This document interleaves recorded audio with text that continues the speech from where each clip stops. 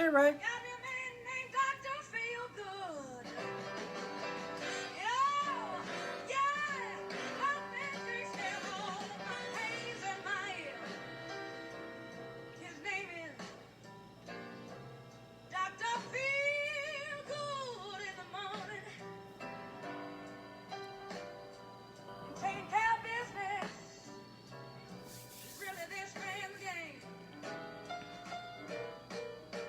Hey, Shanika. And after one visit to Dr. Feelgood, you understand why Feelgood is his name. Oh, yeah. Oh, good God Almighty, the man show makes me feel real.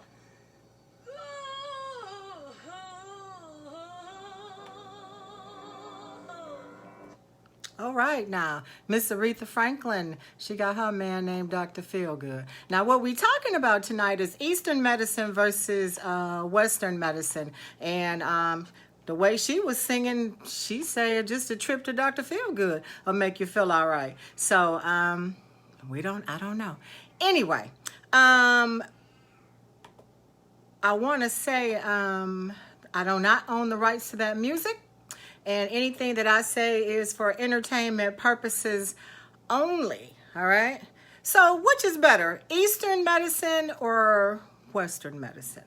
And sometimes doctors with their Western medicine practices can't tell you what, they can't find what's wrong with you, can't tell you what's wrong with you, can't treat what's wrong with you. They are, after all, just practicing, and the medicine that they are prescribing just isn't working. So when that's going on, what do you do? Well, some people go to Eastern medicine using alternatives like herbs and teas from things from the earth. Hey, Charnel. Earth, and these things heal them. Eating right can heal you, and they say food can heal you. Smoking weed can help with some of your diseases, or how they say weed eases the side effects of chemotherapy, eases the pain of cancer. Weed is from the earth, something that you grow. Now, I'm not advocating smoking weed or using weed or the use of anything, or saying don't follow your doctor's advice or treatment plans, because remember, again, what I say is for entertainment purposes only. But I will say this. People go to the doctor and they will give you, like Aretha just said, fill you up with all of them pills and medicine, and none of it seems to help. And think about this. There is a pharmacy on damn near every corner, because pushing those pills is a mega money-making industry. The pharmaceutical industry, hey, Kat, is responsible for the research, development, production, and distribution of medicines. The market has experienced significant growth during the past 2 decades, and pharma revenues worldwide total 1.25 trillion with a T, trillion US dollars in 2019. And that has got to make you wonder, is what they are giving you to take safe, or really for the betterment of your health? Or are they just trying to turn a profit? These pharmaceutical companies pay doctors for pushing their pills. Hey, Dennis, they pay doctors for pushing their brands. They give them kickbacks like fancy trips and fancy dinners and money and thousands of dollars. And so are they concerned for your health, or are they just trying to get a kickback?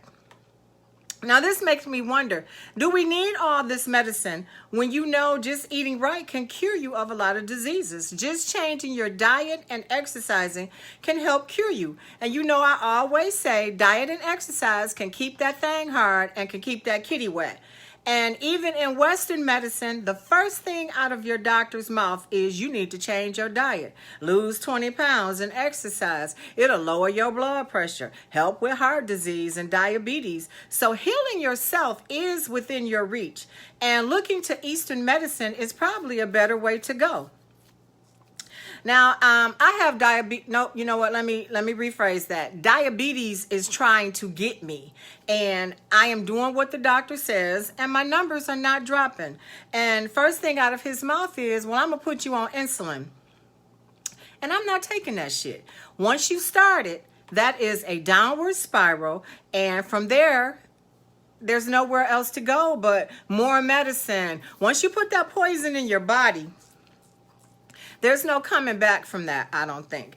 And I'm not going there. So I went to the Chinese herb store and she gave me some tea and it was nasty. I drink it, it's nasty. And after a few days, my numbers dropped 100 points. 100 points in a couple of days.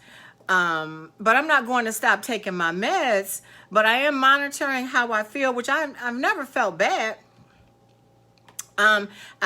My numbers are high. So I'm monitoring how I feel. I'm watching for severe ups and severe downs in my numbers, because you have to be careful that what you take doesn't hinder your well-being, more so than help you. But this stuff is working, and I was on the internet, and there are thousands of stories on the internet about people leaving the care of their regular doctor and going to Eastern practices or alternative methods to improve their health. And there's nothing wrong with that. You know, it works. It's working for people. They have cured themselves of cancer, heart disease, and fibromyalgia, which they don't even really know what causes that, nor how to really treat it. The approaches that make up traditional Chinese medicine, such as acupuncture, Tai Chi, and herbal products, have been the subjects of many clinical studies and scientific reviews. Studies of Chinese herbal products used in traditional Chinese medicine for a range of medical conditions have had mixed results, but it does work in some cases. But that's just like with traditional medicines. They don't always work either. You give one person the same medicine that you gave another, and it'll treat the one person but won't treat the other one. The other person doesn't get any benefits from that either. So Western medicine ain't really no better. Kathleen says, I'm on insulin and have hope above hope that I will get off this medication, for we can do all things through Jesus Christ. And that's true, Kathy. With diet and exercise, sure, you can get off of that, but it's a long, hard fought battle. And I just don't want to be put on that. And that is the first thing we're going to give you some insulin. We're going to start. You're not giving me that. I'm doing everything that I possibly can. So I went to Eastern medicine to try to aid in that. And it seems to be working. Acupuncture can ease joint pain caused by medical treatments for breast cancer. If you have severe back pain, acupuncture can help. And these are things that, in Western culture, we don't really know that much about it, but it's worked for thousands of years for Asian Americans. So maybe it's time that you bring these things into the forefront. And I know in one of the hospitals, one of my friends, she's a massage therapist. She is allowed to go into any room in that hospital and offer massage, because they are coming to terms with the fact that massage can help you. Charnel, what do you mean? Yes, I do. I don't understand what that means. So clarify. She's allowed to go into any room and give a massage, and it's just the open massage hospital now, where they know that massage is coming into the forefront as a means to ease pain or to alleviate a mood. So that's something that they're allowing into the hospitals now. Tai Chi can be a great alternative to traditional cardiac rehabilitation programs in selected people. So like I said, some things Western work, some things Eastern work. I'm not going to say one is better than the other, but I do feel that Eastern medicine takes a different approach to doing something with no medication.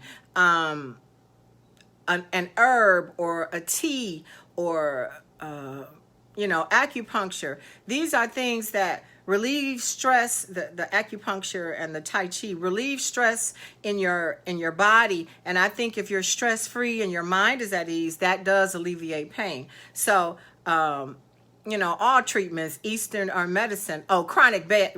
Charnel says she has chronic back pain. Yes, and a massage can help, or acupuncture, or Tai Chi, they say. So I think Eastern and Western medicine both have their ups and downs. But I think if Western medicine has no treatment for you, if they've run out of alternatives, hey, as to things to do, the doctors will come to you and say, well, we don't know what to do. There is no, we don't have a treatment plan for you. Then I would say trying Eastern practices can't hurt. It can't hurt you. If the doctors say they have no treatment plan for you,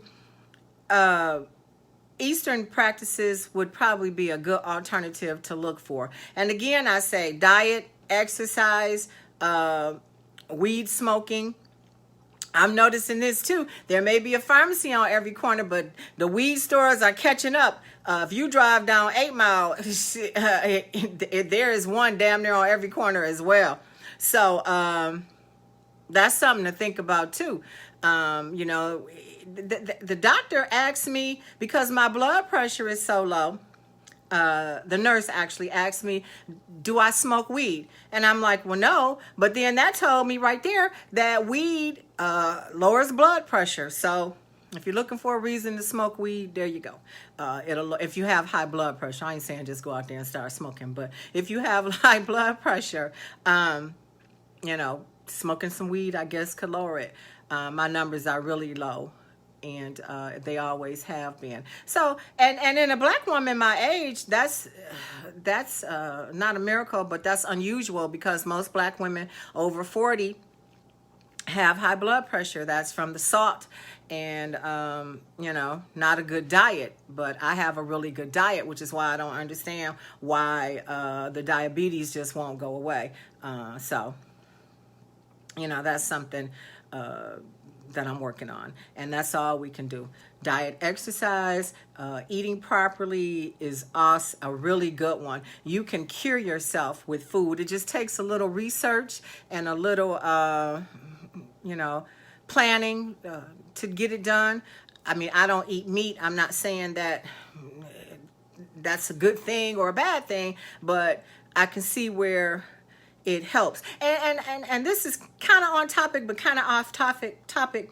So today I threw something away that was in the back of the refrigerator, because other people live here and I buy food for them. And the food had spoiled and smelled so bad. And it got me to thinking, if it smells this bad and it's just been in the back of the refrigerator for, say, 2 weeks past the expiration date, what is that doing to your body? You're putting that slimy, smelly crap. I would go get it and show it to you, but I just won't do that. You're putting this in your body, so think about that.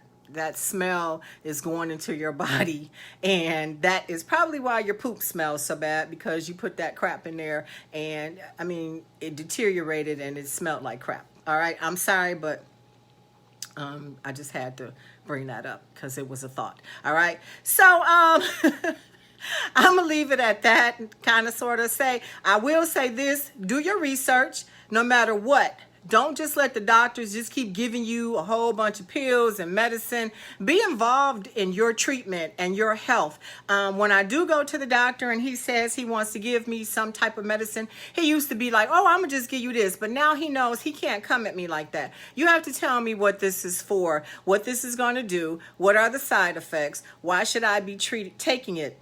And then I will tell him, let me go do my research and look for an alternative. Once I did have to have surgery, and the doctor wanted to do this truly evasive procedure, and I had done my research and I told him, no, I found something else. And my daughter was like, how you going to be your own second opinion? Well, you have to be. Essie says that's true. It is.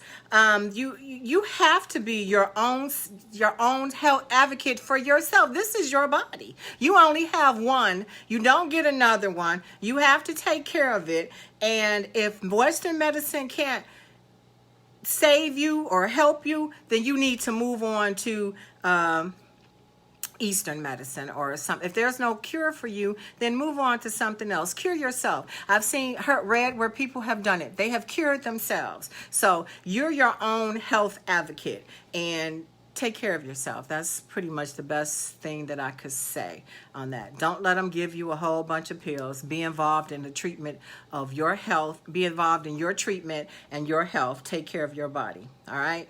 So, last night I did a radio interview on a show called Miss V's After Dark radio show on Blog Talk Radio. Hey, Kai. Hey, Linda. You can go and check it out if you want. And I forgot, I'm late, start over. I will not start over. I will not call your Uncle Ray. He'll tell you what we talked about. All right. I did the interview on Miss V's After Dark radio show on blogtalkradio.com. You can, Essie says, I don't like or take medications. And if you can avoid it, that's the best thing to do. Linda says, better eating habits and exercise can get you off insulin. I was on insulin from 1997 to 2003. I'm still a diabetic, but I do not take insulin anymore. Okay. That's what Kathy was saying. She's praying to get off of that medicine. I just don't want to take it. All right. I just don't want to start taking it, and I'm going to do everything in my power, to do that. I have aches and pains and stuff, but I exercise through the pain. If I'm going to be in pain, I'm going to be in pain doing something that I need to be doing. So I'm still in pain, but I just did 30 minutes on my bike or 30 minutes on the treadmill. Still hurt, but I'm 30 minutes towards my goal, okay? All right, so I did the interview last night. You can go check it out if you like. I didn't post it because I forgot prior to it. I did the show. Prior to the show, I forgot to post about it. I'm sorry. I had a ball talking to her and her co-host, as well as some of her listeners. So go check it out. And also, just check her out on a regular. She comes on at 7 p.m. on Sundays, blogtalkradio.com, Miss V's After Dark. And they are just fun and wild, and she just as wild as I am, and they are a lot of fun. And next week on Memorial Day, Miss V will be my guest on here, and she will be telling us how she started in the toy business. And when I say toys, I am not talking about yo-yos, baby dolls, and hula hoops, okay? Her toy website is called D-A Toy Lady, DAToylady.com, where you can buy these After Dark adult novelties. So, with a drink in hand, she will be having some specials for you on Memorial Day. So grab a drink and get your credit cards ready, because we will be live and lit that night, Memorial Day. All right? Essie says, I'm there.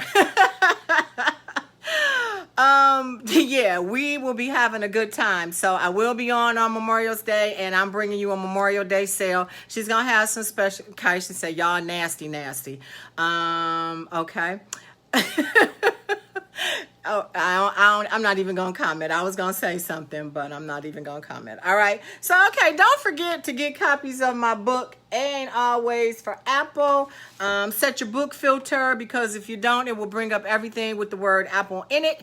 It is available on Amazon for just $10. So get copies for your friends and your family. Share my live, please. I would appreciate it. Just like I appreciate you guys being here.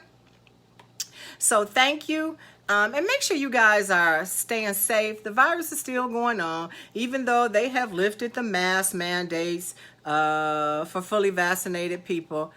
Kaisha says, I guess I logged in right on time, whatever. But we all know that those that have not been vaccinated will not be wearing a mask. So you still need to keep your safety measures up to protect yourself. So wear your mask, wash your hands, still social distance, stay safe. Because somebody posted this on Facebook, like they not opening things up because we're safe. They're opening things up because it's a money game. All right. So keep that all in consideration when you're out and about. Don't just be out there without your mask. I just don't think it's safe. If you're going to get vaccinated, please do. People have stopped getting vaccinations. I know some of us are scared, but, you know, we got to do what we got to do in order to stay safe. All right? So that is it. Thanks again for being here. I will see you next time. Enjoy the rest of your night. Bye for now.